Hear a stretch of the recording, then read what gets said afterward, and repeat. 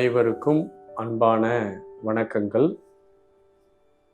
நம்முடைய ஆன்மீக பெரியவர்கள், குருமார்கள், வழிகாட்டிகள் ஆகிய அனைவரும் மக்களுக்கு நல்லதையே செய்யுங்கள், வேற எதுவும் வேண்டாம், நல்லதை செய்வதே ஒரு போதனையாக சொல்கிறார்கள். நல்லது மட்டுமே செய்துவிட்டால் போதுமானதா, வேற எந்த ஒரு யோக பயிற்சியும் வேண்டாமா என்ற ஒரு கேள்வியை கேட்டிருக்கிறீர்கள். உண்மையில் நல்லது என்பது மிக முக்கியமான ஒரு அம்சம். ஏன்னா நம்முடைய வாழ்க்கையில நம்மளை அறியாமல் செய்யக்கூடிய நல்ல விஷயங்கள் தான் நமக்கு பிற்காலத்துல ஒரு ஆபத்தான கட்டத்துல பெரிய பெரிய ஒரு உதவியாக இருக்கிறது. நிறைய கதைகள், நிறைய காணொளிகள்லாம் நீங்க அதை பத்தி பார்த்துருப்பீங்க. சிறு வயதுல நம்ம செய்யக்கூடிய நல்ல விஷயங்கள் எல்லாம் பிற்காலத்துல அதனுடைய விளைவுகளாக நாம் அனுபவிக்க வேண்டியிருக்கிறது. ஏன்னா இந்த உலகம் என்பது வெறுமன மனதால் உருவாக்கப்பட்டிருக்கிறது. மனமே தான் உலகமாக விரிந்திருக்கிறது. மனம்தான் அனைத்திற்கும் அடிப்படை காரணமாக இருக்கிறது. நம்மை அறியாமல் செய்யக்கூடிய தொடரும் நல்ல விஷயங்கள் அல்லது தெரிந்து செய்யக்கூடிய நல்ல விஷயங்களுடைய விளைவுகள் இந்த பிரபஞ்சத்தில் மீண்டும் வந்து நம்மை அடைகின்றது. இதுவே நாம் நல்ல கர்மா அப்படின்னு நம்ம சொல்வோம். நல்ல கர்மாக்கள் நமக்கு அதிகமாக தேவைப்படுகின்றன. மனித வாழ்க்கைக்கு தர்மம் என்பது ரொம்ப முக்கியமான ஒன்று. நல்லது, தர்மம் என்ற பெயர் தான் வித்தியாசமானது. ஆனால் நல்லது அப்படிங்கிறதும் தர்மம்ங்கிறது ஒன்று. தர்மம் செய்ய வேண்டும். அதான் சொல்லுவாங்க, தர்மத்தின் வழி செல்ல செல்ல கர்மத்தின் வழி குறையும் அப்பா என்று அகசியர் கூட சொல்றார். அப்ப தர்மத்தை ஆற்ற வேண்டும். ஒவ்வொரு நேரமும் நாம் தர்மத்தை ஆற்ற வேண்டும். நம்மால் உடலால் முடிகிறது என்றால் உடலால் நல்ல தர்மங்களை ஆற்ற வேண்டும். மனதால் முடிகிறது என்றால் ஆலோசனைகள் வழங்குதல், ஆற்றுப்படுத்துதல், அன்பாக இருத்தல் போன்ற நல்ல தர்ம காரியங்களை ஆற்ற வேண்டும்.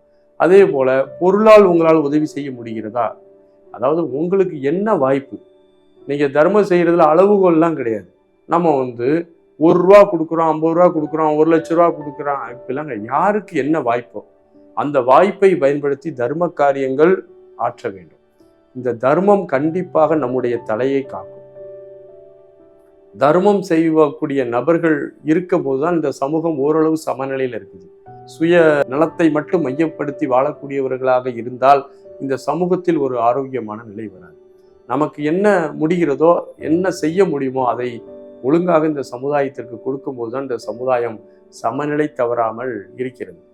இப்போ எல்லாமே பணம் சேர்க்கக்கூடியதுலையும் பொருள் ஈட்டக்கூடியதுலையும் தன்னுடைய வாழ்நாள் முழுவதையுமே எடுத்துக்கிடுறாங்க. கொஞ்சம் கூட மற்றவர்களுக்கு கொடுக்கணும் அப்படிங்கிற ஒரு தன்மை இல்லை. நம்முடைய வருமானத்தில் குறைந்தது ஒரு 5% அற காரியங்களுக்கு நாம் கண்டிப்பாக பயன்படுத்த வேண்டும். அவ்வாறு பயன்படுத்தும் போது இந்த பிரபஞ்சம் உங்களை ஒரு பிரதிநிதியாக எடுத்துக்கொள்ளும். இந்த பிரபஞ்சத்தினுடைய ஒரு பிரதிநிதியாக நீங்கள் மாறுகிறீர்கள்.